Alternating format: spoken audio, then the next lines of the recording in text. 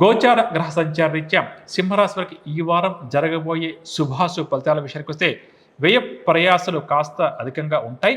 అయినా సరే ఆత్మవిశ్వాసంతో వాటిని అధిగమిస్తారు. ప్రతి విషయాన్ని కూడా అతిగా ఆలోచించకపోవడమే ఈ రాశి వారికి చాలా మంచిదని చెప్పవచ్చు.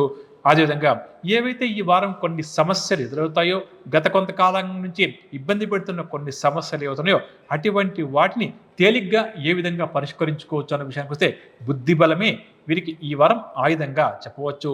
ఎటువంటి పరిస్థితులు ఎదురైనా సరే తట్టుకొని నిలబడుతూ కార్యక్రమాలను ఏదో విధంగా పూర్తి చేస్తారని చెప్పవచ్చు.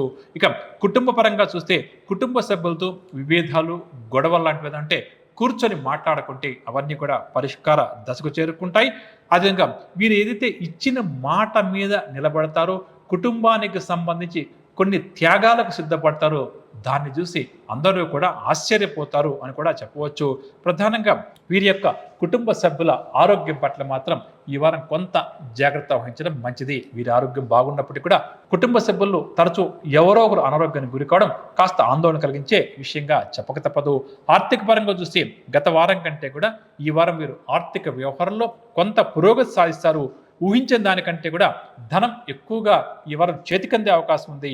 ఆ విధంగా ఖర్చులను కూడా తగ్గించుకునే ప్రయత్నంలో విజయాలు సాధిస్తారు అని చెప్పవచ్చు. ఇక స్థిరాస్తులు ఎవరైతే కొనాలి అని చెప్పి అనుకుంటున్నారో, అంటే వెహికల్ కానీ, ల్యాండ్ కానీ, హౌస్ కానీ అటువంటి వారికి ఈ వారం గ్రస్త అనుకూలంగా ఉంది. అదేవిధంగా పెట్టుబడులకు సంబంధించిన నిర్ణయాలకు కూడా అనుకూలంగా ఉంది.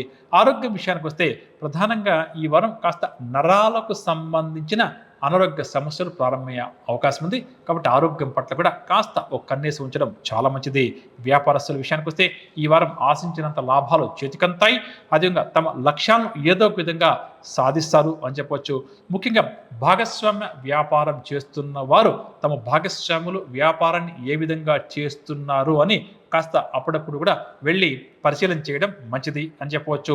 ఉద్యోగస్తుల విషయానికి వస్తే పని ఒత్తిడితో గత కొంతకాలంగా సతమతమవుతున్న ఈ రాశి ఉద్యోగస్తులకు పని ఒత్తిడి తగ్గుతుంది. మహిళల విషయానికి వస్తే ధనలాభ సూచనలు ఈ వారం వీరికి కాస్త అధికంగా ఉన్నాయి. కాబట్టి అటువై ప్రయత్నించడం కూడా మంచిది. పరిహారాల విషయానికి వస్తే ప్రతినిత్యం కూడా శ్రీ సీతారామచంద్ర స్వామి వారి యొక్క ఆరాధన చేస్తూ ముందుకు సాగడం, ముఖ్యంగా శ్రీరామ రక్షా స్తోత్రాన్ని ప్రతినిత్యం పఠించే ప్రయత్నం చేయడం ఈ రాశి వారికి శ్రీరామ రక్షగా చెప్పవచ్చు.